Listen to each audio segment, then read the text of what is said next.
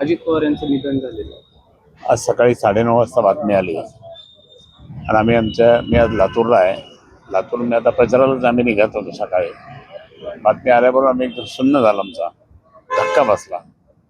दादा कसे गेले? दादासारखा एक उत्तुंग स्वभावाचा माणूस त्या ठिकाणी जातो, हे एकदम असं इतकं दुःख झालं. दादांचे माझे रिलेशन हे ते आमदार असतानापासून, मी आमदार असतानापासून होते आणि आम्ही बऱ्याच वेळेस एकत्र बसायचो, बोलायचो.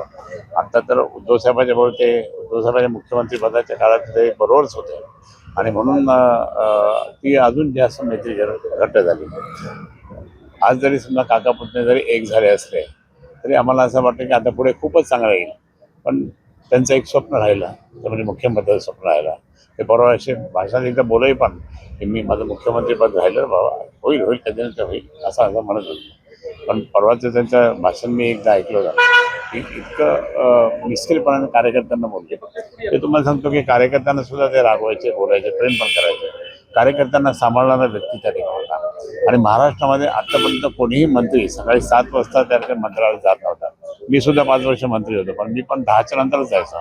पण दादा मात्र सकाळी 7ला त्या ठिकाणी जायचे आणि संपूर्ण एक विकासाचा ध्येय त्यांच्याकडचा, आपला विभाग कसा हे होईल ते, आणि आपल्या लोकांना कार्यकर्त्यांना कसं काम मिळेल, कसे त्या ठिकाणी हे होईल, ही त्यांची इथे एक जबरदस्त व्यक्तित्व. खरोखर त्या ठिकाणी आज दादा आपल्याला सोडून गेले, हे दुःख आम्हाला झालं. मी आज आमचे लातूरचे सगळे प्रोग्राम 3 दिवस रद्द केलेले आहे. लातूरचे प्रचाराचे सगळे कार्यक्रम मी रद्द करून टाकले. हे म्हटलं एकतर आता सगळ्यात दुःख झालं.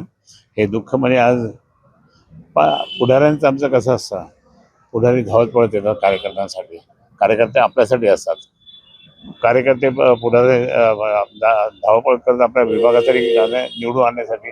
दादा लगेच सकाळी 9:30ला लँड कर बाबा, जाणे का जल्दी असं पण म्हटले म्हणे कोणतरी. पण हा जर पाहिलं तर आम्ही लोक किती फिरतो, किती हे होतं काय होतं, परंतु प्रत्यक्षात कोणी काही नाही. आज एकमेकांचे आम्ही भांडतो, बोलतो, भाषणात एकमेकांचे हे करतो, पण एकदा हे निवडणुका संपल्यानंतर असं कोणी त्या ठिकाणी, राजकारणामध्ये हेच आहे, राजकारणात कोणी शत्रू नाही, कोणी मित्र नाही, सगळे एकत्र राहतात. हे आज आमच्या एका एका परिवारातलेच त्या दादा गेलेत असं वाटतं आणि म्हणून खूप दुःख झालं. ते माझ्या आईला मानत होते. माझी आई त्यावेळेस म्हणजे हैदराबाद मुक्ती संग्राम दिन असायचा आपला मराठा मुक्ती, तर झेंडावंदन होतो. झेंडावंदनला मुख्यमंत्री उपमुख्यमंत्री त्या दिवशी माझ्या आईशी ते असं कोणी जर सांगितलं खैरे साहेब जाऊन पाया पडले, नंतर मला बाहेर येऊन सांगितलं त्यांनी, खैरे साहेब तुमच्या आईच्या पाया पडलं बरं का मी. आणि एक मला इतकं बरं वाटलं की इतका मोठा नेता आज माझ्या आईच्या पाया पडतो, एक स्वातंत्र्य सैनिकाला अभिमान देतो, असे ते होते. म्हणून आज एकतर दुःख झालं की दादा आज आपल्यातून गेले, सगळ्यात जास्त दुःख झालं. आणि ते दुःख परत हे आपण सर्वांनी विसरून परत दादांच्या शिकवणीच्या पुढे आपण जाऊया एवढं.